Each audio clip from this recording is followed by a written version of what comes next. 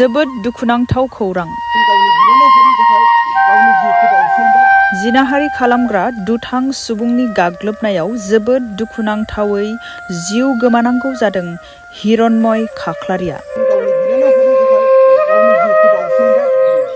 गवालपारा जिल्लानि दुधनै थाङाबारि बालापारा गामिनि हिरण्मय खाख्लारिया।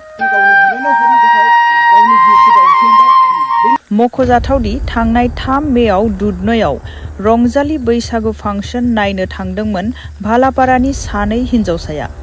बैसागु फांसन नायनानै हराव न'आव फैफिननाय समावनो लामायाव साथाम दुथां फारियै धन तालुकदार, बाहर आली आरो रेहमान आली मुंनि साथाम दुथांफोरा फेग्रा मुवा दौनानै हरसे जिनाहारि खालामना हुस गैयै थासारियाव लामायाव गारनानै गालाङो। दुधनैआव सासे जोंनि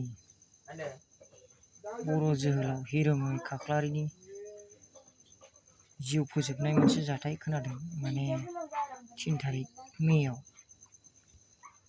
माने बैसागु फांसन नायनो थांनायाव माने निसा दौनानै सानै सिख्लाफोरखौ हरसे मानि मुस्लिम सेंग्राफ्रा गेंरेप खालामदों आरो बेनि सोमोन्दोआवनो हिरण्मय खाख्लारिया सावरायनो थांनायाव माने बिथांखौ गोबौ खुख्रिजों सुनानै आघात खालामनानै माने बिथांनि जिउखौ फोजोब्बाय होननानै खोनानो मोननाय जादों।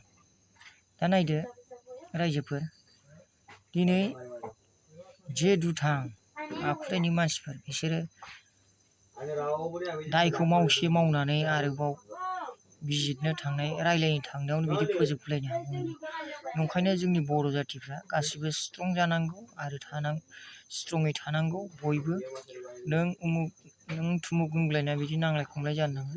जाथिनि अलखद समाव बयबो ज' जानांगौ आरो ज'यैनो जाथिनि अलखद टाइमाव थानांगौ आरो जाथिनि खैफोदनि समाव बयबो गसंथानांगौ होननानै आं खावलायदों दिनैनि बेलायाव।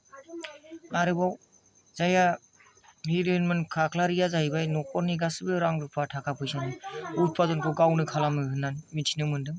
मिथिनो मोननाय बायदि असित हिरण्मय खाख्लारिया जेरै गोथां थानाय टाइमाव जेरोखोम खामानि दामानि मावनानै न'खरनि गासैबो फेमिलिखौ फिसियोमोन, दा मथा मथि दायनिगिरिया साजा मोनखांनायनि उनावबो जायखिजाया जाया माने हिरण्मय खाख्लारिनि न'खरा जेरैबायदि हिरण्मय खाख्लारिया गोथाङै थानाय समाव जिखौ जानाय आरो थानायनि थाखाय सिन्था दारा खालामना खामानि मावोमोन, बे न'खरनि थाखाय गासिबो जानाय थानायनि दायित्वखौ जाय दायनिगिरि दसि न'खर, बे न'खरनिफ्राय जायखिजाया थांनानै थाया मानो होखारजा, बलदुजाजों न'फ्रा सिफायजा होनबाबो बिनि न'खरनि थांनानै थानाय खथिफोरखौ बयन खालामनांगौसो होननानै आं दिनैनि बेलायाव बुंनोसो लुगैदों आरो बुंनो हास्थायदों।